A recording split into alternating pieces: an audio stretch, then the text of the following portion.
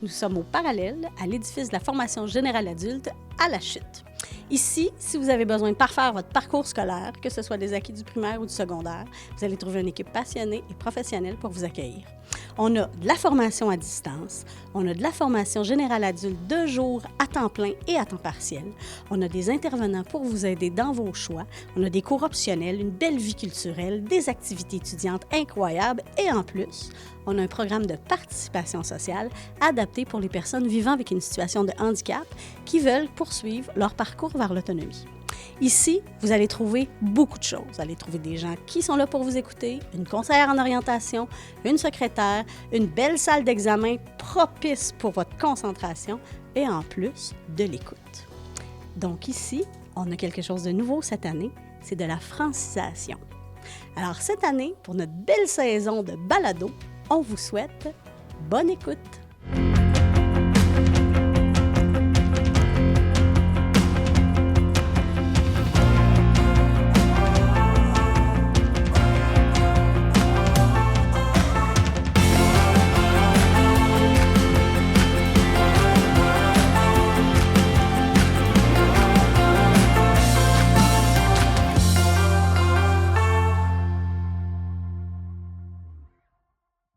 Bonjour à tous. Allô. Bonjour. Merci d'être ici aujourd'hui au Parallèle.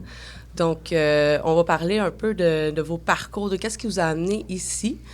Donc, je vous présente Karine Villeneuve, enseignante de français, Gabrielle Campeau, secrétaire, et Kevin Salomon, enseignante de mathématiques et français au CJE.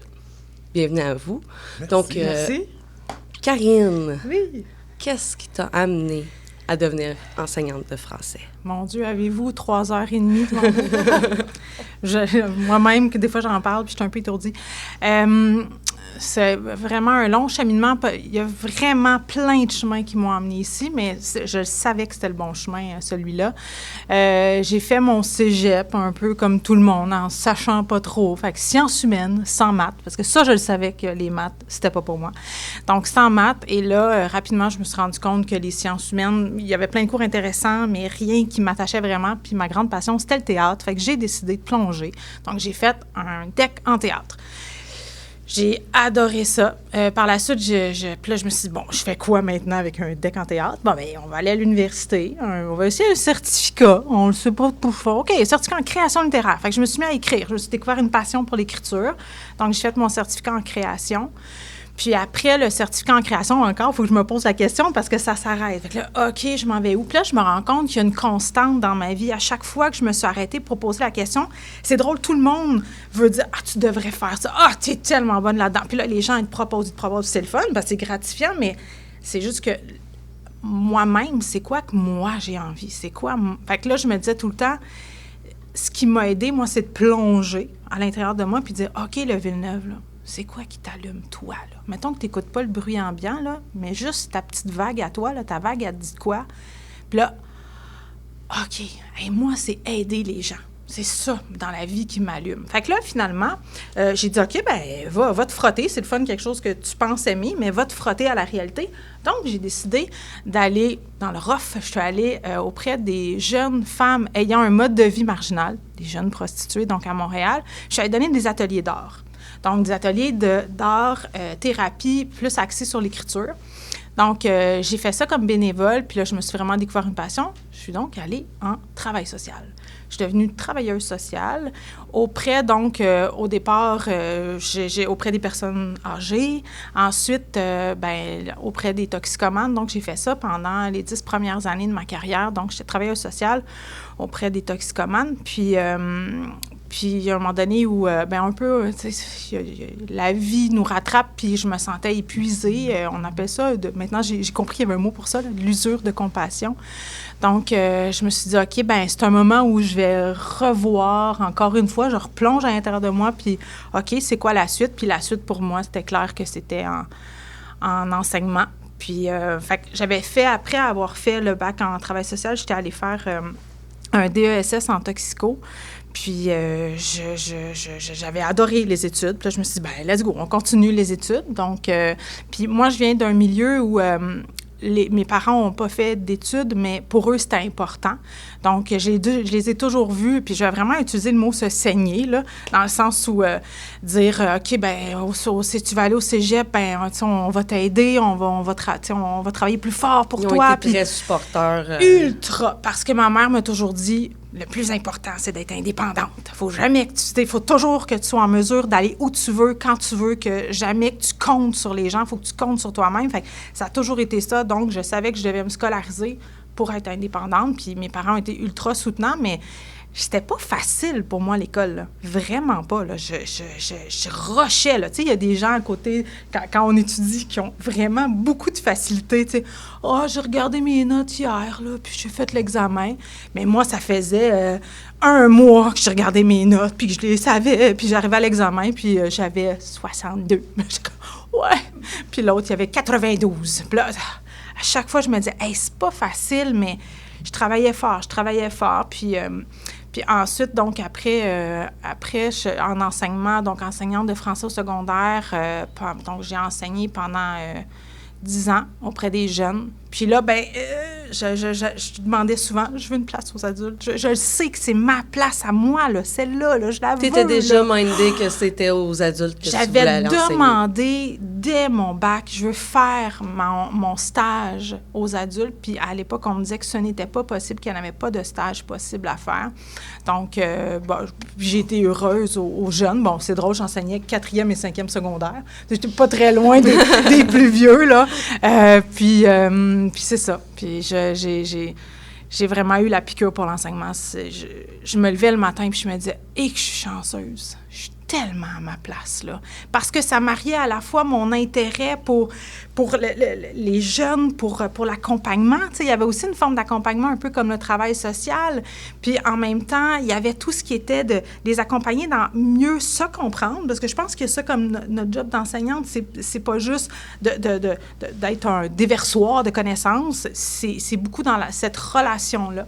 Tu sais, des jeunes qui me disaient « Hey, madame, moi, aujourd'hui, j'avais pas le goût de venir à l'école, mais je savais que vous alliez être là. » Fait que ça me tentait finalement. Puis là, je me dis, ben ça, pour moi, c'est ce qu'il y a de plus important dans cette relation-là. Puis après, ta gratification d'enseignante. Oui, vraiment, vraiment. Parce que je pense que c'est à ça qu'on sert, on éduque. Je pense que c'est pas juste enseigner, c'est éduquer. Donc, on est un modèle. Souvent, ils nous regardent aller, puis il faut être inspirant. On n'a pas le choix d'être inspirant. Fait que les matins où ça va pas, ben ça va aller. Parce que je suis là pour les bonnes raisons, je suis là pour les accompagner, tu sais. Fait que c'est ça. Donc, ensuite, quand j'ai eu cette chance inestimable de venir ici en janvier, donc moi, c'est tout récent, là, ben j'ai plongé. Puis je savais que je perdais mon poste aux jeunes, puis ça, mais c'est pas grave, On est très contents de t'avoir avec nous. Merci. J'adore ça. Gabrielle, qu'est-ce qui t'a emmené au parallèle? Moi... en partant, les élèves du parallèle, j'ai vraiment un attachement avec leur parcours puis tout ça parce que je trouve qu'ils ressemblent à mon parcours aussi, là, beaucoup. J'ai eu beaucoup de difficultés au niveau scolaire, là, fait que j'avais des difficultés d'apprentissage puis tout ça. Puis, tu sais, à comparer, mettons, mon frère puis ma sœur, qu'eux autres, ils n'avaient pas besoin d'étudier puis il y avait des 90. Moi, j'étais contente avec mon 60 et plus, là, tu sais. Fait que, non, c'est ça. Fait que j'avais des grosses difficultés. Puis malgré ça, j'ai réussi à avoir mon diplôme du secondaire parce que c'était vraiment important pour mes parents. Je me suis inscrite au cégep en exploration. Je sais pas comment ils l'appellent aujourd'hui, là, mais dans le temps, c'était... non, pas intégration, mais bref, c'était... Juste de base pour explorer qu'est-ce qui pourrait t'allumer. C'est ça. Fait qu'on fait des cours d'orientation, de méthodologie de travail, tu fais des cours de base. Puis j'ai fait des cours de renforcement de français. Je n'étais pas encore en français niveau collégial. Fait que j'ai fait 2 sessions en renforcement de français pour montrer à quel point j'avais des difficultés à ce niveau-là. Là. C'était vraiment difficile pour moi. Mais tu as réussi? Oui. J'ai été au français après le collégial, puis tout ça, tout était beau. Fait que c'est pas mal ça, mais sinon, après le cégep, je me cherchais. J'ai fait un DEP en aménagement paysager, complètement changé de branche. J'ai travaillé là-dedans. Puis c'est là que j'ai découvert le secrétariat. Au bout de la ligne, moi, je voulais juste me trouver un emploi. J'étais tannée, tu sais, de faire des job-in. C'est des petits métiers... Au salaire minimum. Oui, c'est ça, sous-payé, puis pas nécessairement valorisé ou quoi que ce soit. Fait que le secrétariat, ça l'a ouvert beaucoup de portes pour moi. Je savais que je pouvais aller travailler dans les hôpitaux ou dans les centres de services scolaires. Ça m'ouvrait beaucoup de possibilités. Puis, heureusement, je suis rentrée dans les hôpitaux avant la COVID, là, évidemment. Et ça a été vraiment une piqûre, là. Les hôpitaux, question de variété d'emploi, mais là, après ça, avec la COVID, ça l'a viré au vinaigre, là. C'était la folie. Puis c'est là que j'ai commencé dans le centre de service à Marchand, anciennement, là, ça s'appelait Marchand. C'était la CFGA, qui est aujourd'hui Pilier. Puis c'est là que j'ai vraiment vu là, que j'adorais ça. C'était ça que tu voulais faire. C'est ça. J'ai fait un autre emplacement à Performance Plus, mais ça me ramène tout le temps ici. Les élèves, on dirait, j'ai vraiment comme une reconnaissance de faire ma marque pour eux, même si, oui, je suis peut-être juste secrétaire, j'ai pas d'enseignement ou de soutien nécessairement à faire, mais je fais un soutien, je fais quand même, je pense, une différence. Moi, je suis à la salle d'examen, fait que, le respect des règles, des mesures qui ont droit, quand ils ont des mesures adaptatives, donc, soit des portables, du temps de plus ou quoi que ce soit, je leur donne tous les outils pour qu'ils puissent réussir, Parce que moi, je pense que ça aurait été bénéfique dans mon parcours, J'aurais probablement eu plus de facilité à faire mon secondaire ou même plus si j'avais eu des mesures comme ça. Puis c'est ça. À l'époque, c'était différent aussi. Ouais, maintenant, c'était comme pas reconnu. Non, c'est ça. Maintenant, on est un peu plus consciencieux des problèmes que les gens peuvent avoir, qu'on va leur donner la meilleure chance possible de réussir. Je m'en souviens, dans mon agenda, c'était tout le temps écrit « Elle est dans la lune, elle écoute pas », mais j'avais besoin que mon cerveau, il fonctionnait trop vite pour c'était pas diagnostiqué, là, mais dans ce temps-là, il n'y avait pas ça, là, vraiment. Donc, c'est ça. Fait que là, présentement, je suis secrétaire, mais je suis en train de faire le processus là, pour faire un bac en administration, en plus d'être maman encore là. Félicitations, d'ailleurs. Oui, merci. Fait que c'est ça. Donc, je me réoriente. Je veux rester quand même dans le CFGA. Je veux rester ici. Je veux continuer à essayer d'aider les gens autour de moi le plus possible qui ont un parcours peut-être différent ou peut-être plus chaotique que le mien, mais ça me passionne. Là, j'aime ça. J'aime ça en apprendre plus sur, justement, le parcours des autres. Là. Je trouve ça tellement intéressant. Là. Fait que c'est pas mal ça. Merci. Kevin. Bonjour. Ça va bien? Ça va bien, toi? Super. Donc, qu'est-ce qui t'a amené à être professeur de mathématiques et de français? Vous savez, pour ma part, c'est un chemin qui est parsemé d'embûches, mais qui, à la fin, est abouti à un homme qui est capable de s'adapter. Donc, je me compare souvent à un petit caméléon qui, à chaque fois, tente de se camoufler, mais qui essaie toujours de se dire, bon, tu es capable, qui doit constamment se le dire. La petite voix intérieure qui se dit que tu es capable. Regardez, j'ai commencé au parallèle et je me souviens que j'étais à ma session universitaire où est-ce que j'étais à une mention remise. Et je vous explique ce que ça veut dire. C'est que c'est mon choix, en fait, si je réussissais mon stage 4, c'était une double réussite avec mon stage 3 et je passais mon bac. Sinon, si c'était un échec, ça allait être considéré un double échec et j'étais expulsé. Alors, ce qui s'est passé lorsque j'ai fait le choix d'arrêter, on m'a souvent dit, mais pourquoi tu n'essayes pas aux adultes? Je me suis dit, pourquoi pas? J'ai appliqué juste comme cela, et là, dans le temps, la directrice qui s'appelait Madame Garneau m'avait appelé pour un entretien d'embauche. Et je me suis dit, je vais essayer. Elle a dit, tu as obtenu le poste, tu essayes. Et là, au début, j'étais un peu perplexe parce que j'étais dans ma situation où est-ce que je me suis dit, bon, j'ai passé un petit peu à travers certaines embûches, alors je vais voir un petit peu ce que c'est pour me donner une seconde chance. Et n'oublions pas une chose, chacun des élèves qui sont ici, ils considèrent que c'est une seconde chance de pouvoir se relever, une seconde opportunité de pouvoir se dire, j'ai vécu des échecs, mais je suis prêt à prendre sur moi et pouvoir cheminer pour voir le meilleur de moi-même. Et c'était un peu ma conception lorsque je suis arrivé au CFGA, dans le temps où est-ce que j'avais mon dilemme entre moi, ma double échec ou mon double succès. Donc, je suis arrivé, puis j'ai fait mon enseignement, puis au fil des temps, je vous dirais que l'objectif de donner aux autres ce que tu aurais voulu recevoir, c'était rendu une part de ma réalité. Ça fait la différence. Et je vous dirais qu'en arrivant avec cette conception, tu es beaucoup plus alerte aux autres, tu es beaucoup plus conscient des autres. Et c'est ce qui est encore plus agréable avec tout ça, c'est que tu te rends compte que ça va beaucoup plus loin que être prof de maths, c'est de réaliser qu'à chaque problème, il y a sa solution. Alors, quand tu rentres avec cette conception, tu es capable de donner plus de toi à chaque personne parce que tu sais que toi-même, tu n'es pas mieux qu'eux, mais que tu réalises que mes faiblesses, j'en ai fait des forces dans le but de donner au suivant. Et c'est ce qui a fait que je suis devenu professeur de maths et j'ai continué dans ce cheminement-là. À un certain moment, j'ai dû quitter, alors ma décision était de prendre mon stage et d'aller la faire, ma double réussite. Et c'est ce qui est arrivé, mais j'ai eu aussi un enseignant qui avait la même conception, la même façon de penser que moi, ce qui était, tu donnes au suivant, chacun fait sa part et tout le monde en chemine ensemble. Et c'est ce qui s'est passé. On avait cette conception-là ensemble et ce qui a fait en sorte que, avec la même façon de procéder, la même façon de réaliser les choses et les mêmes objectifs, on arrive à ce qu'on appelle un consensus.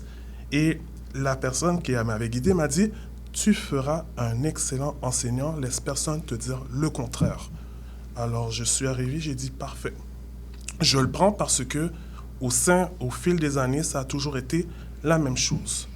Donner au suivant, mais en réalisant que je ne suis pas mieux qu'un autre, je suis là pour leur donner de ce que j'aurais voulu recevoir, et de ce que j'ai reçu.